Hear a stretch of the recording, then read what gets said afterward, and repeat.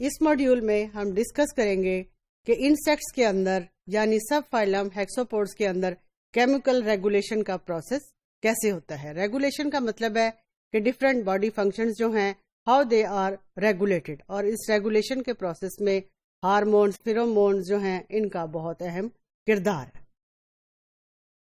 اور جو ہارمونز ہیں، فیرومونز جو ہیں، ان کی پروڈکشن میں جو سسٹم انوالو ہے اس سسٹم کو ہم کہتے ہیں اینڈوکرائن سسٹم. تو جو اینڈوکرائن سسٹم انسیکٹس میں موجود ہے that normally controls many physiological functions of the insects. کون کون سے؟ Cuticular, sclerotization, osmoregulation, egg maturation, cellular metabolism, gut peristaltic movements and heart rate. These are all the structures, functions, mechanisms that are controlled by the endocrine system. تمام آرتھروپوڈس کے اندر ecdysis کا process, ecdysis mean shedding of their old cuticular, is under the neuroendocrine control.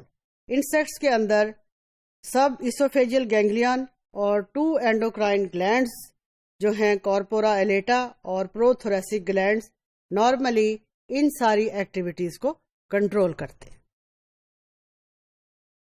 Hormones کی insects میں 2 اہم classes ہیں. ایک ہے جس کو ہم کہیں گے true hormones.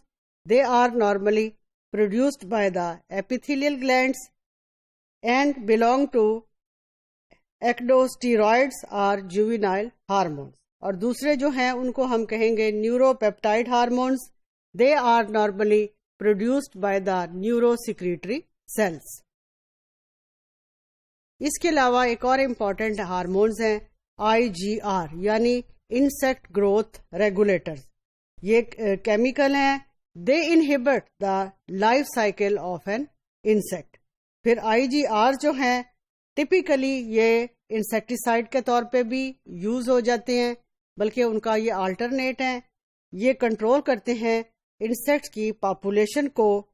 For example cockroach, فلی، اگر ان کی پاپولیشن ایک خاص حد تک زیادہ ہو جائے جو کہ نیوسنس کنٹرول کرے تو ان کی پاپولیشن کو پھر IGR کے ذریعے کنٹرول کیا جاتا ہے.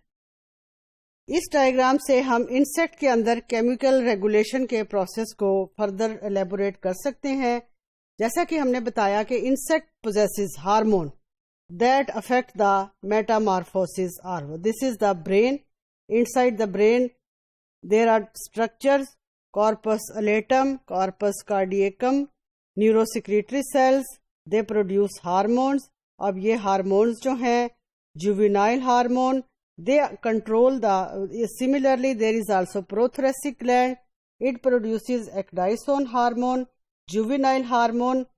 They can affect the different developmental stages of an insect which is known as metamorphosis. They can act on the early larval stage.